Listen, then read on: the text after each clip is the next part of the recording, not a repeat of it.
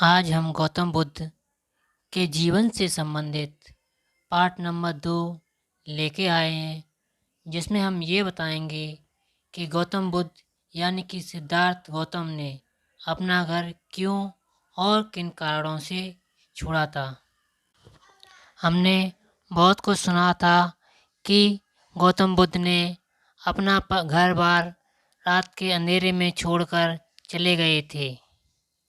ये सभी अफवाहें अलग अलग तरीके से हमारे समाज में फैली हैं। दोस्तों, ये कैसे संभव हो सकता है कि उन्होंने कभी बूढ़े और रोगी व्यक्ति को नहीं देखा। इस परंपरा मान्यता को स्वीकार करना असंभव है। कलम जिसके हाथ में थी, उसने वैसा ही सिद्धार्थ गौतम के बारे में लिखा।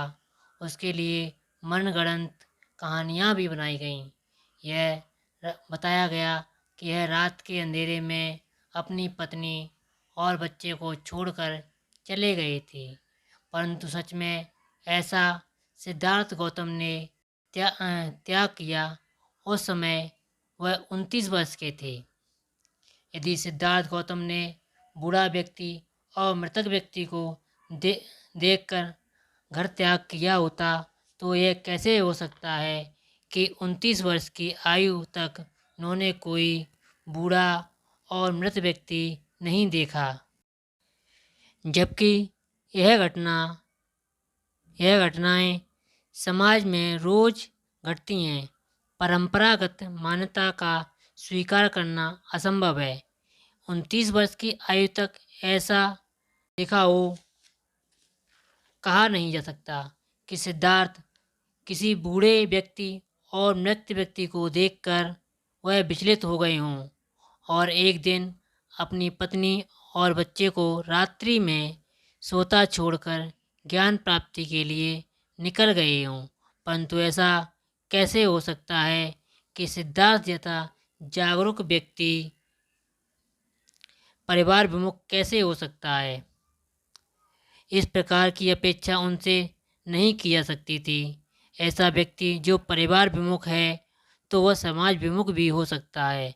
इस संबंध में बाबा डॉक्टर साहब अम्बेडकर का मत है कि पुराने समय में शाक्य राज्य में शाक्यों और कोलियों में नदी के पानी को लेकर झगड़े होते रहते थे, जिनका सिद्धार्थ गौतम ने विरोध किया।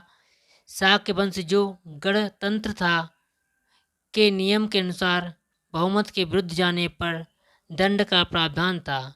उन्हें 3 विकल्प दिए गए: सेना में भर्ती होकर युद्ध में भाग लें, या मृत्युदंड, देश छोड़कर जाने का दंड स्वीकार करें, या फिर अपने परिवार के लोगों का सभी समाज से बहिष्कार किया जाए। संघ के लोगों का बहुमत सिद्धार्थ के विरुद्ध था।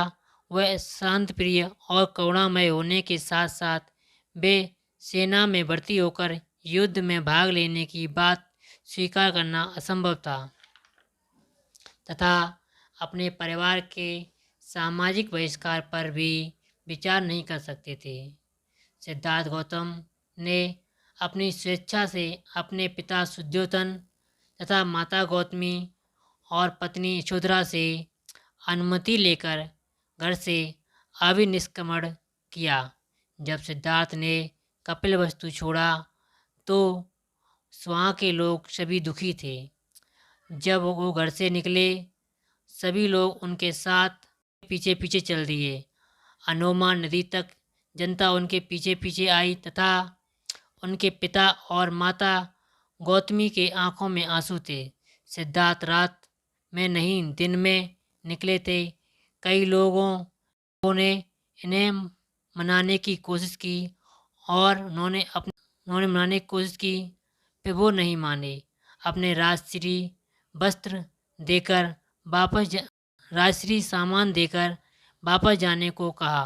वे सभी लोग वापस चले गए। सिद्धार्थ ने निश्चय किया कि आने वाले समय में वह समाज की सेवा करेंगे और दूसरे के दुखों को दूर करने का हर संभव प्रयास करेंगे। फिर वो वहाँ से अनोमा नदी को पार करके जंगल की तरफ निकल दिए। उन्होंने सोचा कि अब वो अपना जीवन दूसरों की भलाई के लिए ही निकालेंगे, और फिर उन्होंने अपने लिए एक अच्छे गुरु की तलाश में लग गए।